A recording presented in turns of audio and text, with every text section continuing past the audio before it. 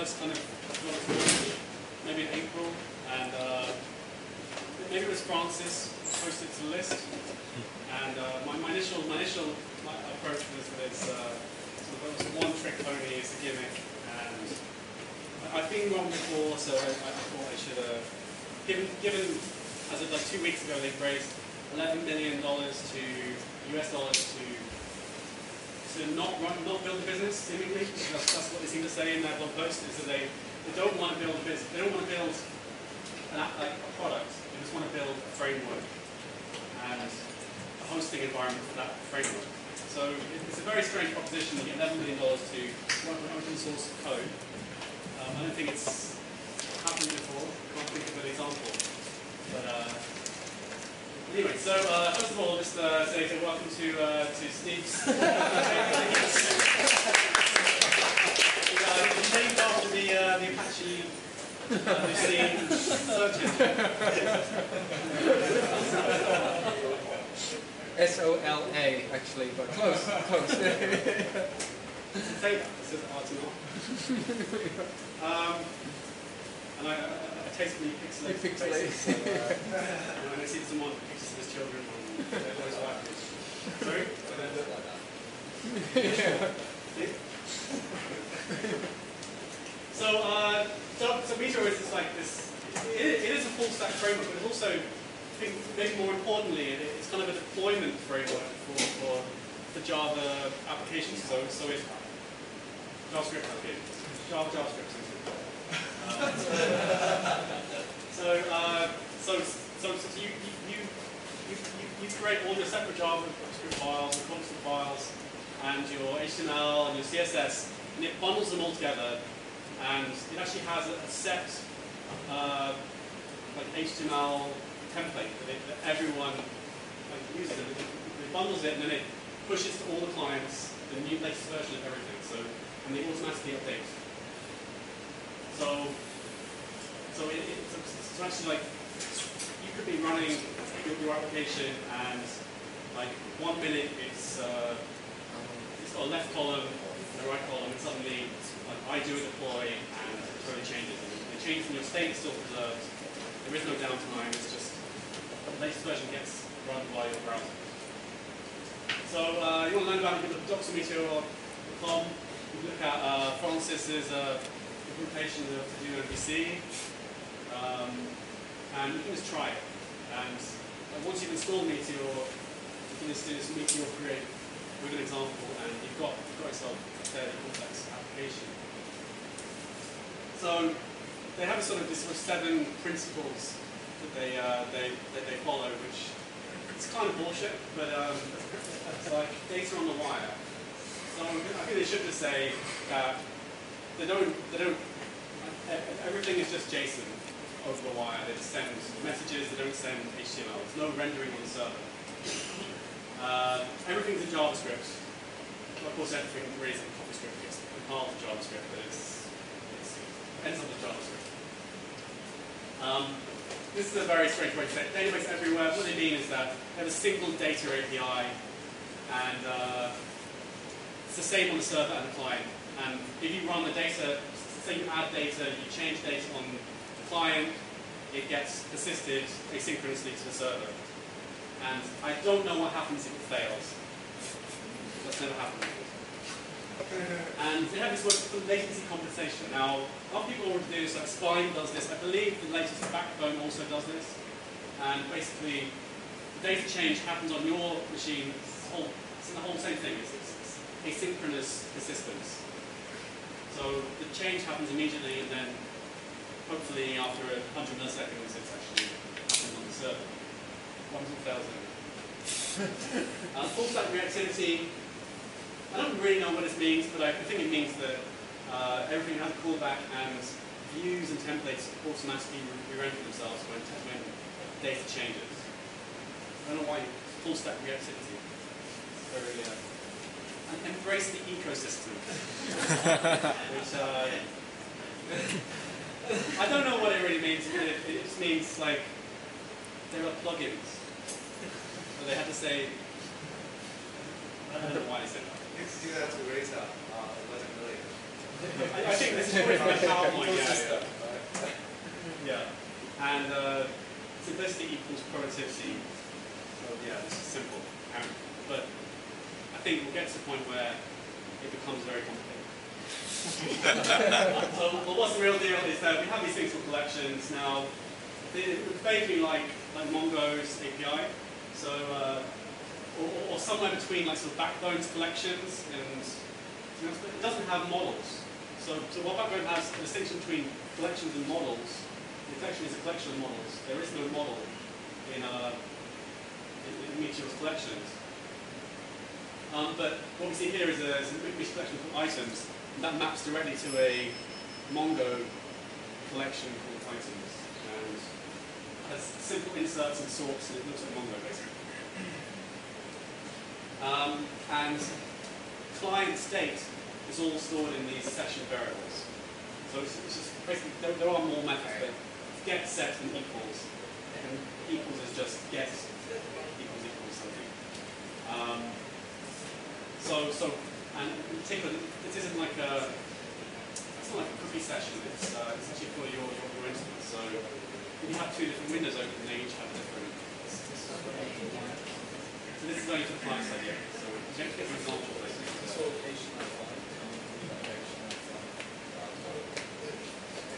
It needs to be able to deal with modern JavaScript. So we don't at the moment. There's a line in the Meteor code that says something like supports current browser, and it used to say like if this IE is greater than 5, then return true. But now it just everything returns true. So they haven't decided what doesn't work. They don't know what they need to support. Basically, anything that can run reasonable JavaScript, it will work on. Whether it will, so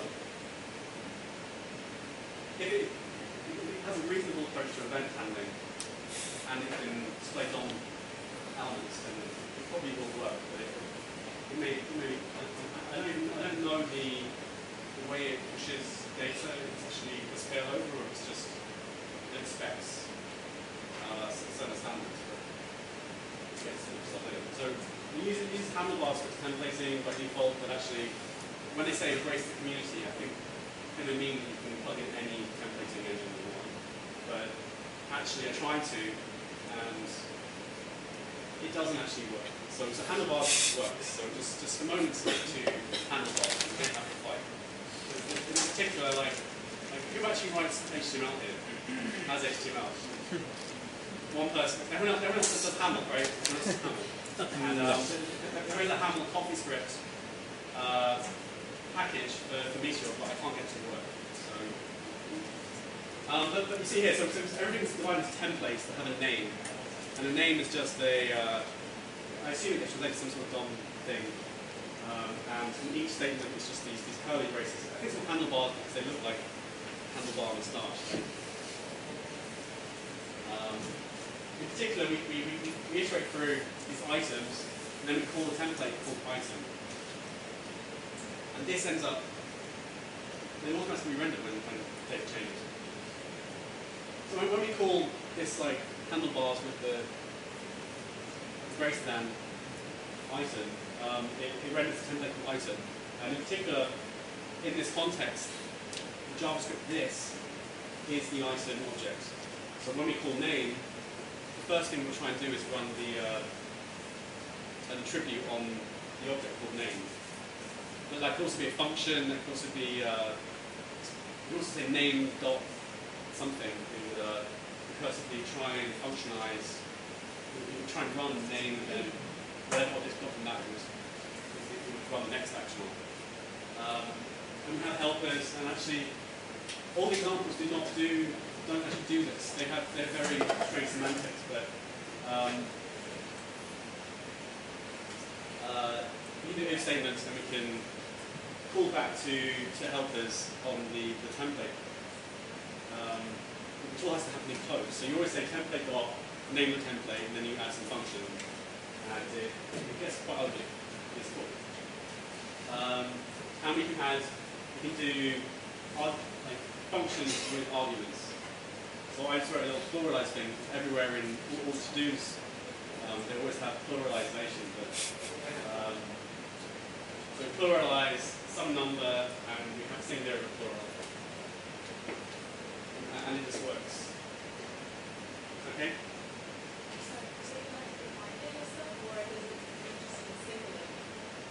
Well, this is the thing about like all these frameworks don't actually give you all these obvious helpful things that Rails or Express give you this sort of thing. So it's very bare bones. You don't get pluralization. You don't get any of these conveniences. There's no routing. Actually, there's almost nothing. Just mostly it's the deployment framework. I managed to write these 2 lines of that. In my actual implementation, it has full variable names, things that are called because the slide is wide. I do normally give meaningful names to them. And of course, it's CoffeeScript, so we can do interpolation on strings. So if it was JavaScript, it had this annoying start string, and then you have a plus, and then you have an up string in the space, and then you have an and it handles events. It looks basically like backbones, events handling. It's exactly the same. You just specify the event you're looking for, DOM thing, and do something with it. We can differentiate between client and server because it gives us a nice little are we a client, are we a server thing.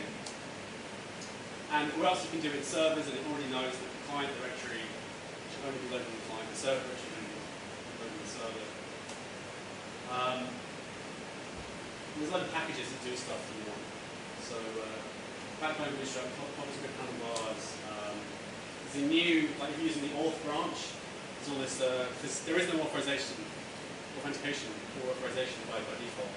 So if you want to use that, you have to get onto these things. And they're cleverly added by default a package called Insecure, which is the default that says anyone can write any data. You have to remove that if you want to start doing authentication. And they've got way more natively supported, so fantastic. And one funny thing it does is whenever it sees any HTML, it bundles it together. So you have 2 bodies and 2 different files, or it doesn't stick them together. But I don't know what happens about the order. So does the nav go? Does the HTML go first because it's defined first, and then the nav go first? I don't know. So we're going to do a live demo, and pretty much going to stick around the Meteor create example. So, does anyone want a bigger font? Okay, so we're just going to do Meteor create example. It tells you what to do. So they have 3 official examples at the moment that you can clone. They have more in the unfinished directory, but this one's fairly reasonable. So we go to leaderboard, and we can say, let's say sublime dot load it to sublime, and then we're just going to run Meteor 40,000. So what we get straight away is it's got all these random scientists, and you can click on any of them, and it sets the state. And it might simply open up another tab. I hope it's going to be a little. Yeah, so the state is independent, right? So it's the session variables for a particular instance rather than a particular browser. And if I refresh, it loses that state. I can go and give 5 points to Carl Gottfried Gauss, so he gets the top. And there's another thing, then he's actually being pushed up to top. So all data streams get persistent to all clients by default. So it's always the server and all the way back down to this. Luckily, the server's on my machine, so yes. If you imagine it's on a real server, yes, it would go to America. But so here's the cool thing of their.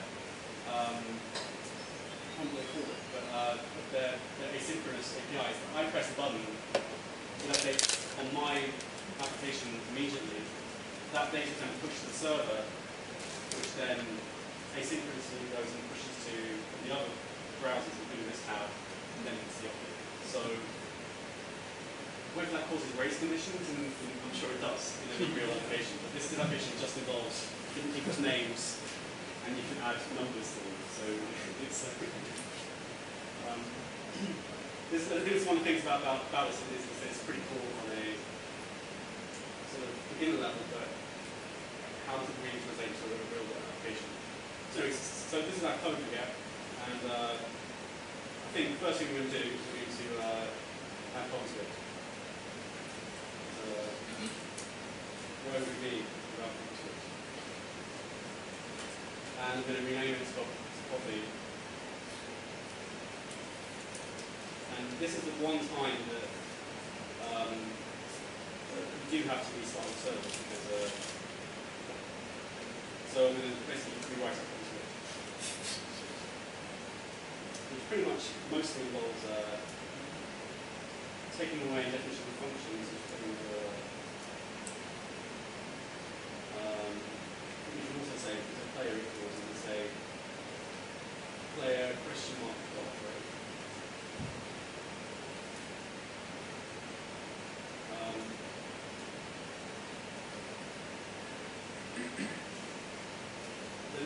Is everyone happy with translating JavaScript? Okay, so basically, like, when JavaScript says function, you can just get rid of it with a little dash, or dash, array. And when you're defining lists in JavaScript, you have to implement braces. The JavaScript processes don't bother. Just start a new line. Of course, there's no closing braces, there's no semicolons. Brackets are also optional. So what's like that was quite a big piece of code. Once I get it wrong, we'll but actually one thing to find one which doesn't support ternary operators. So in this case, I want to use ternary operator really, then do that. So instead we say session so session equals, so if this player is the selected player, then we're going to say selected if we're going to do a inline initial already. So events equals, and we're going to take away the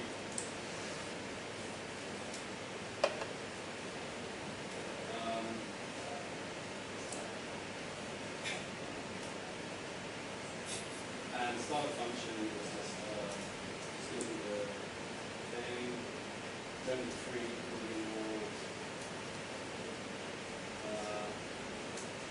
what's the best way to do a for loop? For name in names.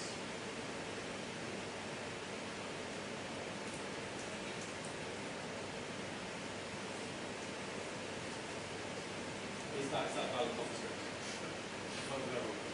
Line 11. Yeah. Line 11. But that's valid. It doesn't need the semicolon for the start.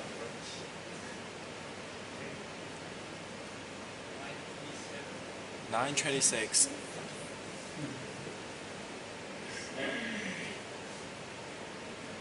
What's wrong with line? Oh, yeah. Don't make brackets. Is that valid construct?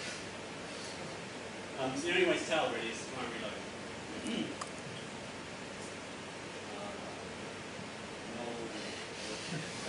On line 1. We start again because on line 1. So this is one of the strange things. So we just like no actually is that error. I guess it's one that pops with line 1. I find it very hard to but on line 1. Oh, the comment. Obviously comments are root comments. You have to use a hash. So is that like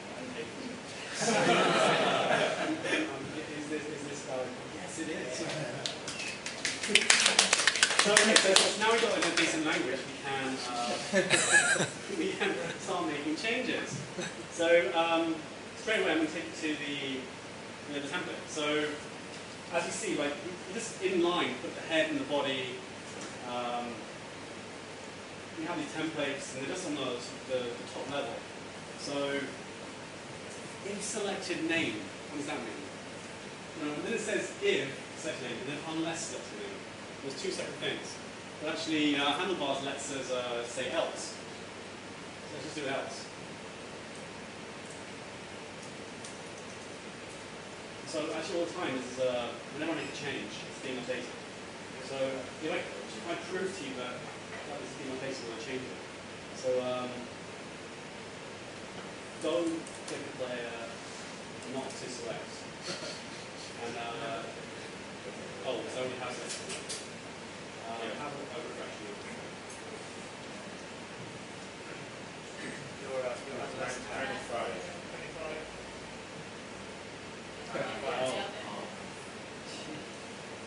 Jesus. Okay, now it's good. Okay, so I'm going to change again. So now it's a quick player to select. And the point is that this is actually being, if I had a big enough screen, you'll see this being updated 4 times. Like at the time it happens, just because it pushes a new version of the compiled JavaScript to everyone. Again, Nope.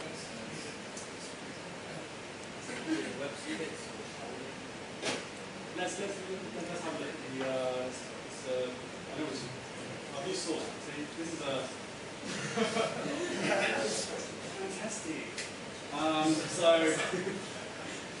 That's not very useful, but what's interesting is that you can't change the central part of this template. So say you want to add a tag to HTML to say the language is English, then you can't do that because you don't have control of the HTML tag. They define it in their own code. So if you want to take the HTML5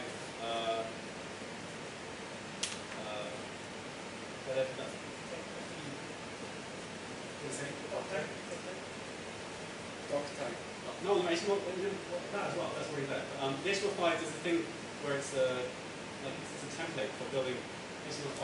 What they normally do is they have an HTML tag for each type of IE, and have a different comment, and then they, so you only get one. It says it's what version of IE it is.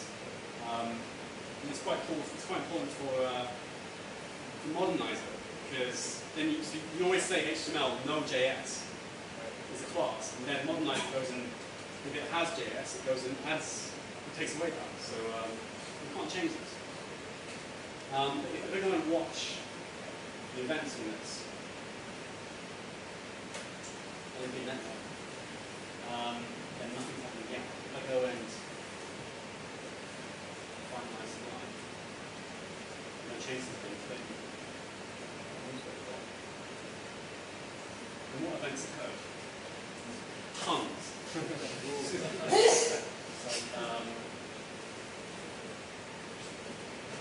Like everything happens. So it doesn't seem to send new HTML, it seems to send new CSS, everything is reloaded. Now, so this is one of the strange things about the way they talk about this project. So they say that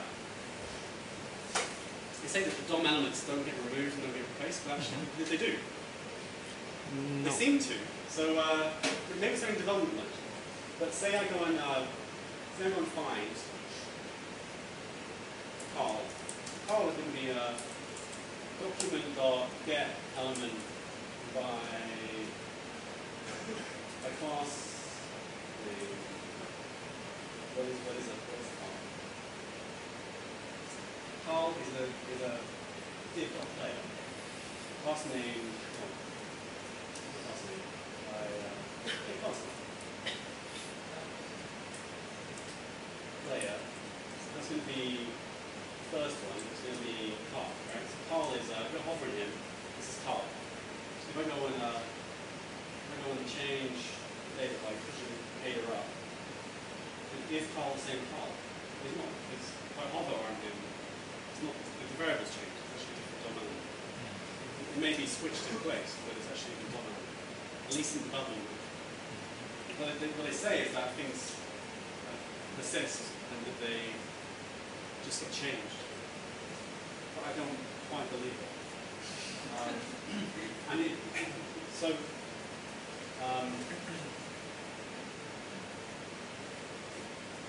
Anyway, so if we look at templates, we have like 3 main templates: leaderboard, details, and leaderboard and template player.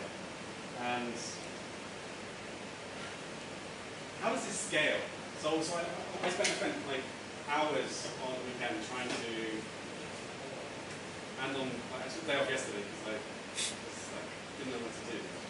Trying to build a proper application, and I can't work it out because there's no routing. There's like this state all happens in these little client variables. So in order to create a proper application, I need to recreate all the things I expect from a framework, and it doesn't give me anything right now. So I kind of ended up spending a lot of time hating Meteor. And about 5 o'clock yesterday, I finished in Codeaholics HK trying to do it. And I went on the ferry to Meteor, and then I walked up to Jordan with sushi, and I was just like hating it. It was going to be a terrible attack on Meteor. Then I got to Cupid Cafe in Cupid Cafe in the Cinetech in Yamate, and I got internet there, and I was like, actually, it's all right. What? But this is probably not for all your apps. It's probably good for like iOS chats, like online games, like push session recording. Yeah, so there is like one pretty cool. We're going to show you that example.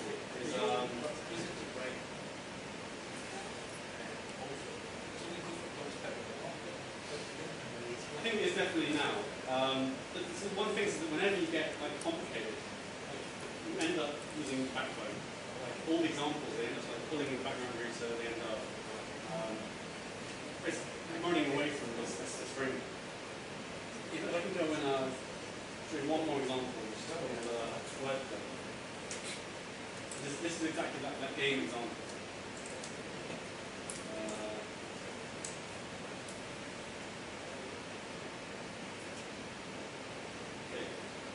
So this is exactly that thing. So I open the name of Matthew, and play, and like we go and find words, and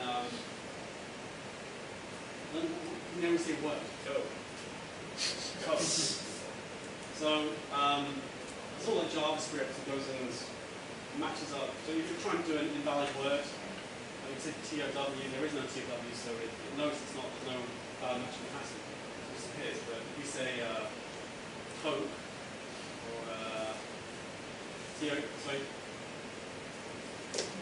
tone, and it already knows like how you can. So the thing is, this is not Meteor being called. This is someone wrote something called JavaScript that can take a word grid and find all possible combinations and validate them. Can you open another browser and text up and you see it? If I do it into Japan, yeah. I hope that there'll be. So Matthew's in the lobby, so is Steve. So do I see Steve? Yeah, so it's on. So now I'm going to say C.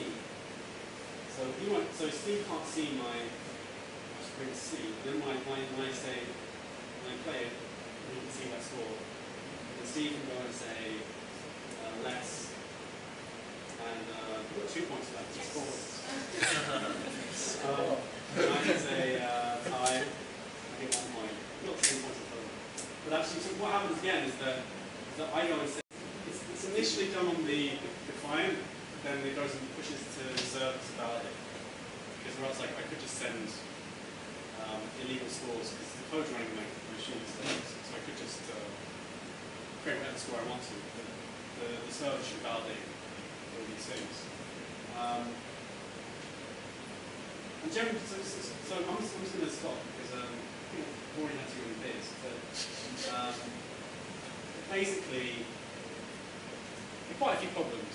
And I don't know if I quite displayed these quite so well when I was in pressing object by myself. I'm doing this. But so I think I kind of showed you some very simple examples, and it works in that point. But as you go anywhere towards anything that might actually resemble a real-world application, it becomes more complex. So the reason I did this was that me and Eddie talked about this idea sharing, idea generation tool. So I thought I could do this in Meteor. But look, once you start to use authentication, try and sign users in, you try and all I want to do is have a list of ideas and let people comment on them, plus them up or vote them down or whatever. But as soon as you start doing anything, it becomes very complicated. Because everything's so fragmented and like in separate packages and in separate pieces and templates that in order to assemble into something usable is very complicated. You have to recreate structures. There's no namespace or templates, so you can imagine like in your average Rails app you have maybe 100 or so different templates. And it's okay because they're always in folders, so it's items slash something slash something. There is no namespace. And there is this auth branch for doing authentication. It does work out of the box, but it's MRT breaks all the time. So I love the name. It like takes me back to Taipei, takes me back to Singapore, but MRT is Meteor's version of bundler, basically. So it takes dependencies and it sorts them out for me. But like every time I run an application, and then I stop it, and I start it again, like it all entirely breaks. So I have to reinstall it. So it doesn't work. And debug is pretty difficult because I start in Kotlin, it goes to JavaScript, it starts in many CoffeeScript files, and they all get compiled into one big JavaScript file. So how do I work out which one broke? There is no routing.